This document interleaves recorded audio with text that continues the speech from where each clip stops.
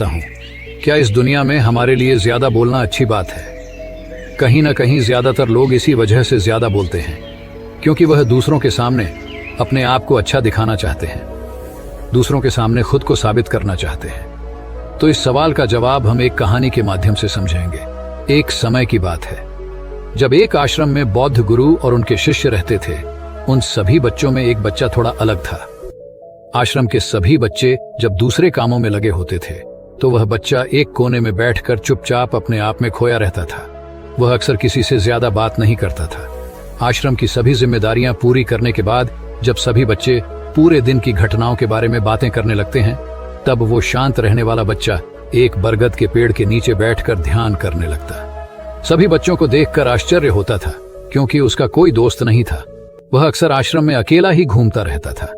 यह देखकर उसके गुरु को बड़ी खुशी होती थी।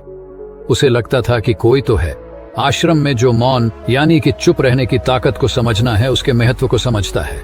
आश्रम के बारे में जब भी कोई जरूरी निर्णय लेना होता था तो उसकी राय जरूर लिया करते थे। लेकिन यही बात गुरुजी के एक दूसरे शिष्य को बड़ी खटकती थी, क्योंकि वह गुरुजी का प्रिय शिष्य बनना चाहता था। इसीलिए वह गुरुजी के सामने दूसरे बच्चों के कामों में कुछ न कुछ कमियां निकालता रहता था, जिसकी वजह से गुरुजी उसे महान समझने लग जाए।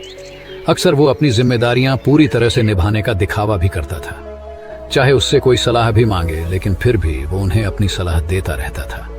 वह बहुत ही बातूनी शिष्य था और आश्रम के दूसरे सभी बच्चों में बहुत प्रसिद्ध भी था, क्योंकि वह सबसे हंसी मजाक करता रहता था, उनसे दिन भर बातें करता रहता था। इसीलिए उसकी सबसे दोस्ती हो गई थी।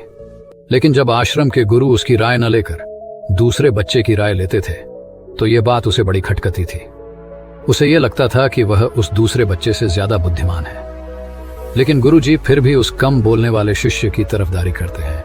ऐसा नहीं था कि गुरुजी को बातूनी शिष्य के स्वभाव के बारे में पता नहीं था, लेकिन गुरुजी उसे अपने तरीके से सीख देना चाहते थे, ताकि उसकी ज्यादा बोलने की आदत, दिखावा करने की आदत, दूसरों में कमियां निकालने की आदत हमेशा हमेशा के लिए खत्म हो जाए और वह मौन रहकर ध्यान की गहराइयों को समझे। असल में हर सच्चे गुरु की यही इच्छा होती है। वो किसी न किसी तरीके से उस बातूनी शिष्य को यह एहसास कराना चाहते थे कि चुप रहने से ही वह असीम सत्य को जान सकता है। उस विराट का एहसास चुप होकर ही किया जा सकता है। एक दिन गुरुजी को एक तरीका सूझा। उन्होंने आश्रम के सभी बच्चों को अपने पास बुलाया और कहा कि मैं तुम सभी को दो दो हिस्सों में बांटकर अलग अलग गांवों में भिक्षा मांगने के लिए भेज रहा, और जो भी दो बच्चे सबसे ज्यादा भिक्षा मांग कर लाएंगे उन दोनों को आश्रम की सभी जिम्मेदारियां निभाने का मौका दिया जाएगा। अपनी बात को जारी रखते हुए गुरुजी ने बताया कि भिक्षा मांगने से हमारा अहंकार भी खत्म होता है, इसीलिए हर शिष्य पूरे मन से भिक्षा मांगे। कोई भी इस काम को सिर्फ दिखावा करने के लिए न करे, वरना वह अपने जीवन का बहुत बड़ा ज्ञान पाने का मौका खो देगा। आश्रम के गुरुजी ने जानबूझकर बातूनी शिष्य और चुप रहने वाले शिष्य की जोड़ी बना दिया। बातूनी शिष्य के मन में सिर्फ एक ही बात चल रही थी कि इस बार उसे मौका मिला है और इस बार वह गुरुजी को दिखा देगा कि वह चुप रहने वाले शिष्य से कितना ज्यादा बेहतर है। दोनों शिष्यों ने आपस में अपनी सहमति से निर्णय लिया कि दोनों गांव के अलग अलग जगह से भिक्षा मांगना शुरू करेंगे, ताकि भिक्षा मांगने का काम जल्दी खत्म किया जा सके। चुप रहने वाला शिष्य हर द्वार पर जाकर अपने हाथ जोड़कर अपना भिक्षा का पात्र उनके सामने कर देता। उसके चेहरे पर एक सादगी और उसकी आंखों में एक एकांत होता था, जिससे भिक्षा देने वाले उसे भिक्षा देकर अपने आप संतुष्ट समझते थे। वहीं पर दूसरा बातूनी शिष्य हर द्वार पर जाकर उनको कुछ ना कुछ ज्ञान देने लगता था, जिसकी वजह से ज्यादातर लोग उसे बिना भिक्षा दिए ही लौटा देते थे। पूरे गांव में भिक्षा मांगकर जब दोनों गांव के बीच में मिले तो बातूनी शिष्य ने देखा कि चुप रहने वाले शिष्य के पास उससे 2 गुनी भिक्षा थी। यह देखकर उसे मन ही मन में बहुत ठेस पहुंचा। लेकिन जब वह दोनों भिक्षा का सामान लेकर आश्रम की तरफ जा रहे थे, तब बातूनी शिष्य को एक चालाकी सूझी। उसने चुप रहने वाले शिष्य से कहा कि हमें अपनी भिक्षा एक ही थैले में डाल लेना चाहिए। गुरुजी ने हम दोनों को एक साथ भिक्षा लाने के लिए कहा था। चुप रहने वाले शिष्य ने बिना कुछ बोले अपनी सारी भिक्षा उसके थैले में डाल दी। बातूनी शिष्य मन ही मन में बहुत खुश हो रहा था कि अब गुरु को यह पता नहीं चलेगा कि ज्यादा भिक्षा हम में से किसने मांगी है। उसे लग रहा था कि गुरुजी मुझे इससे ज्यादा बेहतर समझेंगे, इसीलिए उसने यह तरकीब लगाया। सभी शिष्यों के आने के बाद संध्या के समय जब सभी की भिक्षा तो ली गई, तो इन दोनों शिशु की भिक्षा सबसे ज्यादा निकली। गुरुजी ने इन दोनों का अभिवादन करते हुए आश्रम के सभी बच्चों के सामने उनकी पीठ थपथपाते हुए उन्हें मुबारकबाद दी और कहा कि मैं आश्रम का कार्यभार तुम दोनों को नहीं सौंप सकता है। इससे आपसी मतभेद होने का खतरा है। इसीलिए तुम दोनों में से जो ज्यादा भिक्षा लेकर आया है, आश्रम की जिम्मेदारी उसे ही सौंपी जाएगी। जब उन्होंने दोनों शिष्यों से पूछा कि तुम में से ज्यादा भिक्षा मांगकर लाया था, तो बातूनी शिष्य ने कहा कि गुरुजी, मैं इससे दुगनी भिक्षा मांगकर लाया था, लेकिन मुझसे गलती हो गई कि मैंने वह दोनों भिक्षा एक ही थैले में डाल ली। मुझे नहीं पता था कि आप ऐसा निर्णय लेने वाले हैं, वरना तो मैं अपनी भिक्षा का थैला अलग ही रखता। इस पर गुरु ने चुप रहने वाले शिष्य से पूछा कि क्या तुम इसकी बात से सहमत हो? क्या तुम इससे कम भिक्षा लेकर आए थे? यह सुनकर चुप रहने वाले शिष्य ने कहा कि गुरुजी, मेरे पास ऐसा कोई भी साधन नहीं है जिससे मैं यह साबित कर पाऊं कि मैं इससे ज्यादा भिक्षा लेकर आया था। असल में ये उल्टा बोल रहा है। दुगनी भिक्षा में लेकर आया था, ये मुझसे आधी भिक्षा लेकर आया था, और इसीलिए ही मुझसे भिक्षा एक थैले में डालने की बात कहा था। आश्रम से कुछ दूरी पर एक पहाड़ी थी जिसके पीछे सूरज अभी अभी संध्या के समय ढल रहा था। गुरुजी को तो पता था कि सच कौन बोल रहा है, लेकिन बाकी बच्चों के सामने सच साबित करने के लिए उन्होंने उन दोनों से एक सवाल पूछा कि पीछे पहाड़ी पर तुम्हें क्या दिखाई दे रहा है? यह सुनकर वह चालाक शिष्य झट से बोल पड़ा कि गुरुजी, पहाड़ी के पीछे सूरज अपना रंग बिखेर रहा है। आसमान में लालिमा छाई हुई है। यह बहुत ही सुंदर दृश्य है। वह तो और भी बहुत कुछ कहना चाहता था, लेकिन गुरुजी ने उसे चुप करते हुए दूसरे शिष्य से जवाब जानने के लिए प्रयास किया। जब उसकी तरफ देखा तो उसकी आंखों में आंसू भरे हुए थे। श्रद्धा, भक्ति और प्रेम से उसकी आंखें भर आई थी। गुरुजी को उससे पूछने की जरूरत ही नहीं पड़ी। गुरुजी ने सभी बच्चों को संबोधित करते हुए कहा कि मैंने सवाल किया था कि पहाड़ी के पीछे तुम्हें क्या दिखाई दे रहा है। ज्यादातर लोगों को यही दिखाई देगा कि एक बहुत सुंदर दृश्य है, लेकिन मजे की बात यह है कि सुंदरता बोलकर ही नहीं बताई जा सकती, उसे महसूस भी किया जा सकता है, और सामने वाला सुंदरता को आपकी आंखों में देख पाता है। चुप रहने वाले शिष्य की तरफ इशारा करते हुए जी ने कहा कि असल में सुंदरता किसी बच्चे ने देखी है। दूसरे बच्चे ने सिर्फ सुंदरता की ऊपर ऊपर से व्याख्या की है, लेकिन इसने वास्तविकता में उस सुंदरता को महसूस किया है। अपने आप को ऊंचा दिखाने की सभी कोशिशें नाकाम होती देख वह चालाक शिष्य वहीं पर फूट फूट कर रोने लगा। उसको चुप कराते हुए गुरुजी ने कहा कि बेटा, मुझे पहले से पता था कि तुम झूठ बोल रहे हो, लेकिन मैं तुम्हें उस झूठ का एहसास कराना चाहता था। सभी बच्चों को संबोधित करते हुए गुरुजी ने बताया कि शब्द एक जाल की तरह होते हैं। हमारे ज्यादा बोलने की वजह से बहुत सारी समस्याएं पैदा होती हैं। जब कोई आदमी एक बात को बढ़ा चढ़ाकर बोल देता है तो उसे साबित करने के लिए शब्दों के जाल में फंसता चला जाता है, और इसी वजह से अंतर्मुखी होने की बजाय वह बहिर्मुखी होता चला जाता है। वहीं पर जिस भी व्यक्ति को अपनी अंतर यात्रा करनी होती है, अपने आप को पहचाना चाहता है, उसे सबसे पहले चुप रहना सीखना होता है। जरूरत से ज्यादा बोलना या फिर हर वक्त बोलते ही रहना, यह सब हमारी अंतर यात्रा में बाधा बन जाती है। जब आप चुप रहने का अभ्यास करते हैं तो आप अपने साथ वक्त बिताने लगते हैं, जिससे कि आप अपने एकांत को जान पाते हैं। एक बार अगर मन में एकांत स्थापित हो जाए तो आपकी आंखों में, आपके चेहरे पर वो सादगी, वह एकांत, वह स्पष्टता की झलक, सब कुछ सामने नजर आने लगता है। कुछ साबित करने को नहीं रह जाता, कुछ बताने को नहीं रह जाता, सब कुछ आंखों में देखा जा सकता है। चुप रहने वाले शिष्य की तरफ इशारा करते हुए गुरुजी ने कहा कि अभी जो दृश्य है इस बच्चे ने देखा, वह ज्यादा बोलने वाला आदमी कभी नहीं देख पाएगा। वह अपनी बुद्धि से तर्क वितर्क करता रहेगा कि उसे क्या क्या दिखाई दे रहा है। खिलो उसमें से वह महसूस कुछ भी नहीं कर पाएगा। उसे दिखाई दे जाएंगे तो सिर्फ पहाड़, सूरज या फिर उसकी लालिमा, लेकिन उस सुंदरता को, उस विराट को, उस अद्वैत को वह कभी नहीं देख पाएगा। अगर चुप रहने की कला सीखनी है तो तुम्हें सबसे पहले एक बात ध्यान रखनी होगी कि तुम्हें किसी को भी बिना वजह खुश करने की कोशिश नहीं करनी है। ज्यादातर लोग इसी वजह से ज्यादा बोलते हैं क्योंकि वह दूसरों को खुश करना चाहते हैं, अपने आप को साबित करना चाहते हैं। उस साबित करने के चक्कर में वह शब्दों के जाल में फंसते ही चले जाते हैं और धीरे धीरे वही उनकी आदत बन जाती है। अगर कोई व्यक्ति दूसरों को खुश करना चाहता है तो वह कितने लोगों को खुश कर पाएगा, उसकी यह भूख बढ़ती ही जाएगी और वही संसार में सभी को कभी भी खुश नहीं कर पाएगा। इसलिए यह समझने की बात होती है कि बहिर्मुखी होने की बजाय हम अंतर्मुखी होकर अपने आप को समझ सकते हैं। अपनी बातों को खत्म करते हुए गुरुजी ने अपना आखिरी संदेश दिया। उन्होंने बताया कि अगर कोई व्यक्ति ज्यादा समय तक चुप नहीं रह सकता तो उसे थोड़े समय के लिए अभ्यास करना चाहिए। निश्चित संकल्प लेकर किसी वृद्ध की तरह दिन में कुछ समय या फिर हफ्ते में कुछ समय या फिर एक दिन चुप रहने का अभ्यास जरूर किया जाना चाहिए। इससे हमारी चुप रहने की आदत धीरे धीरे खुद ब खुद बढ़ने लगती है। क्योंकि एक बार जब हम चुप रहने लगते हैं तो हमें चुप रहने का आनंद पता चल जाता है।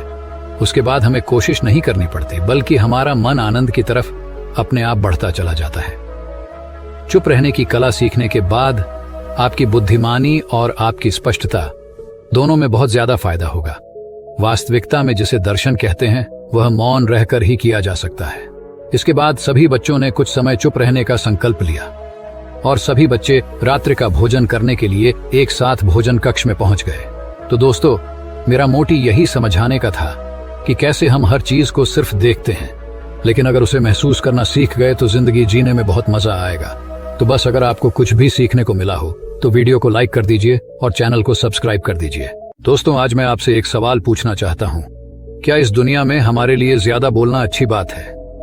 कहीं ना कहीं ज्यादातर लोग इसी वजह से ज्यादा बोलते हैं क्योंकि वह दूसरों के सामने अपने आप को अच्छा दिखाना चाहते हैं, दूसरों के सामने खुद को साबित करना चाहते हैं। तो इस सवाल का जवाब हम एक कहानी के माध्यम से समझेंगे। एक समय की बात है जब एक आश्रम में बौद्ध गुरु और उनके शिष्य रहते थे।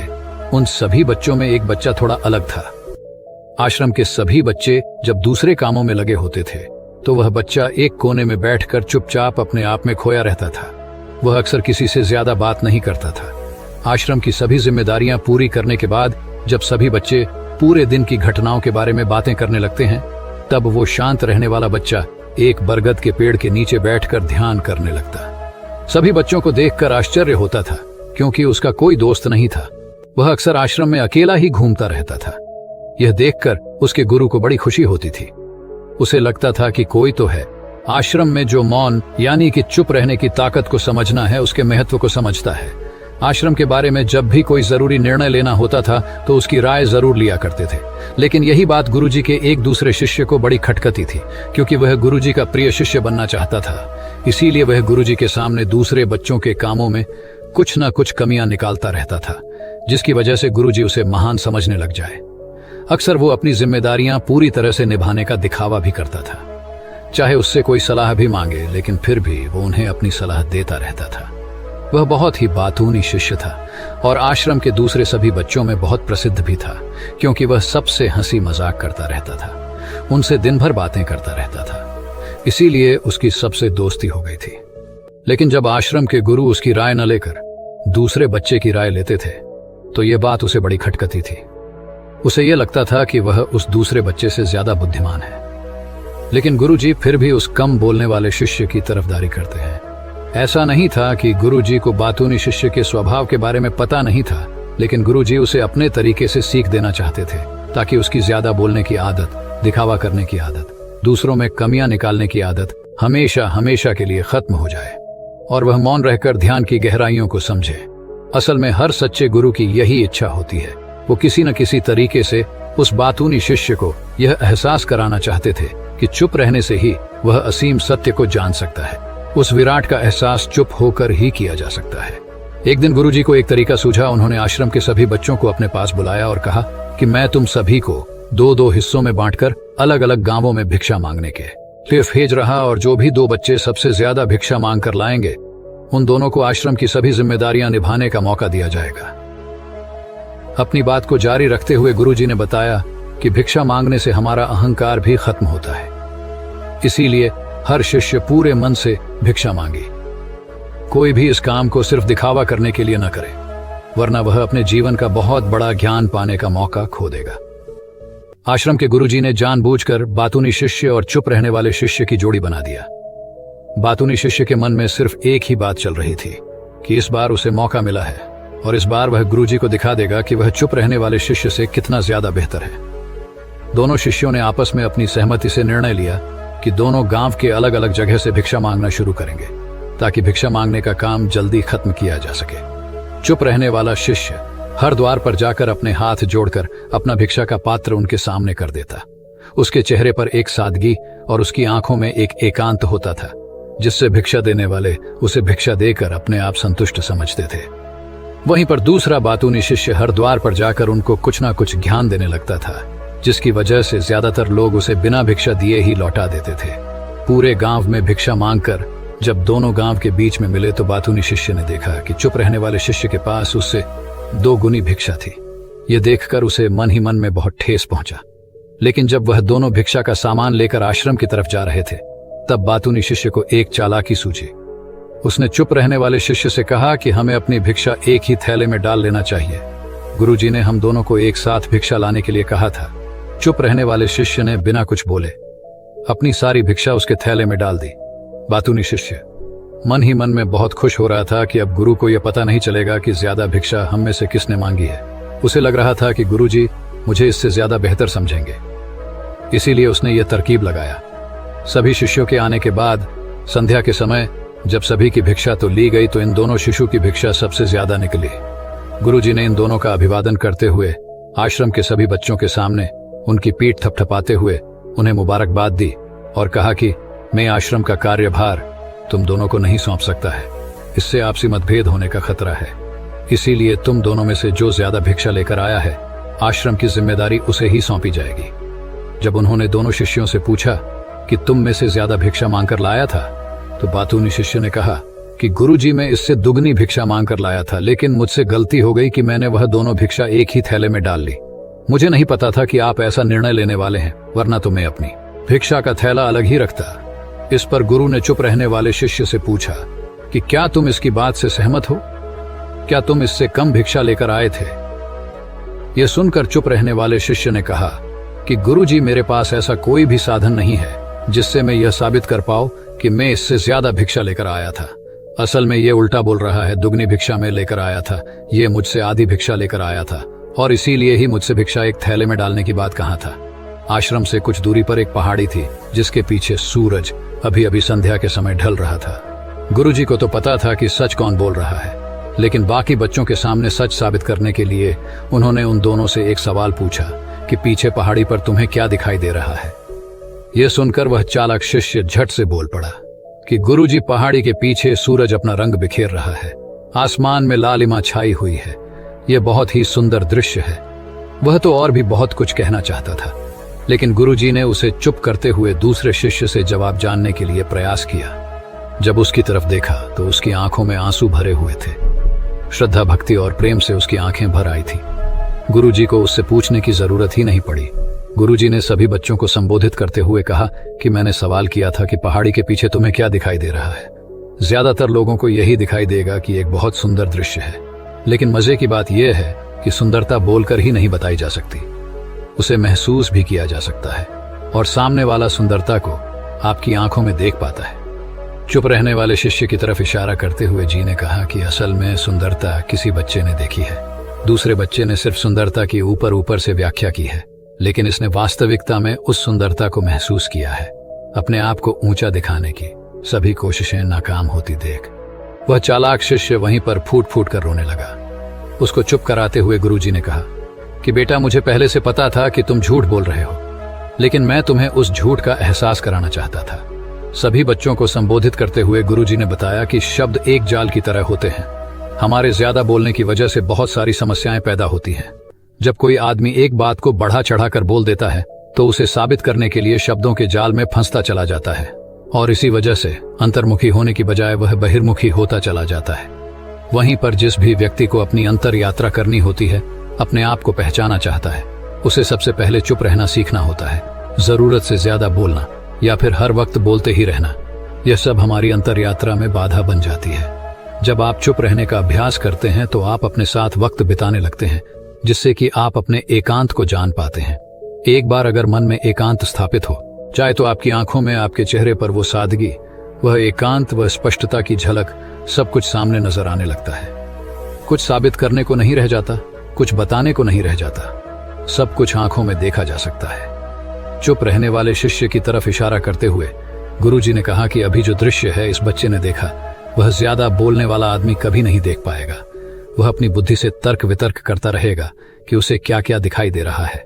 खिलो उसमें से वह महसूस कुछ भी नहीं कर पाएगा। उसे दिखाई दे जाएंगे तो सिर्फ पहाड़, सूरज या फिर उसकी लालिमा, लेकिन उस सुंदरता को, उस विराट को, उस अद्वैत को वह कभी नहीं देख पाएगा। अगर चुप रहने की कला सीखनी है तो तुम्हें सबसे पहले एक बात ध्यान रखनी होगी कि तुम्हें किसी को भी बिना वजह खुश करने की कोशिश नहीं करनी है। ज्यादातर लोग इसी वजह से ज्यादा बोलते हैं क्योंकि वह दूसरों को खुश करना चाहते हैं। अपने आप को साबित करना चाहते हैं। उस साबित करने के चक्कर में वह शब्दों के जाल में फंसते ही चले जाते हैं और धीरे धीरे वही उनकी आदत बन जाती है। अगर कोई व्यक्ति दूसरों को खुश करना चाहता है तो वह कितने लोगों को खुश कर पाएगा, उसकी यह भूख बढ़ती ही जाएगी और वही संसार में सभी को कभी भी खुश नहीं कर पाएगा। इसलिए यह समझने की बात होती है कि बहिर्मुखी होने की बजाय हम अंतर्मुखी होकर अपने आप को समझ सकते हैं। अपनी बातों को खत्म करते हुए गुरुजी ने अपना आखिरी संदेश दिया। उन्होंने बताया कि अगर कोई व्यक्ति ज्यादा समय तक चुप नहीं रह सकता तो उसे थोड़े समय के लिए अभ्यास करना चाहिए। निश्चित संकल्प लेकर किसी वृद्ध की तरह दिन में कुछ समय या फिर हफ्ते में कुछ समय या फिर एक दिन चुप रहने का अभ्यास जरूर किया जाना चाहिए। इससे हमारी चुप रहने की आदत धीरे धीरे खुद ब खुद बढ़ने लगती है, क्योंकि एक बार जब हम चुप रहने लगते हैं तो हमें चुप रहने का आनंद पता चल जाता है। उसके बाद हमें कोशिश नहीं करनी पड़ती, बल्कि हमारा मन आनंद की तरफ अपने आप बढ़ता चला जाता है। चुप रहने की कला सीखने के बाद आपकी बुद्धिमानी और आपकी स्पष्टता दोनों में बहुत ज्यादा फायदा होगा। वास्तविकता में जिसे दर्शन कहते हैं वह मौन रहकर ही किया जा सकता है। इसके बाद सभी बच्चों ने कुछ समय चुप रहने का संकल्प लिया और सभी बच्चे रात्रि का भोजन करने के लिए एक साथ भोजन कक्ष में पहुंच गए। तो दोस्तों, मेरा मोटिव यही समझाने का था कि कैसे हम हर चीज को सिर्फ देखते हैं, लेकिन अगर उसे महसूस करना सीख गए तो जिंदगी जीने में बहुत मजा आएगा। तो बस अगर आपको कुछ भी सीखने को मिला हो तो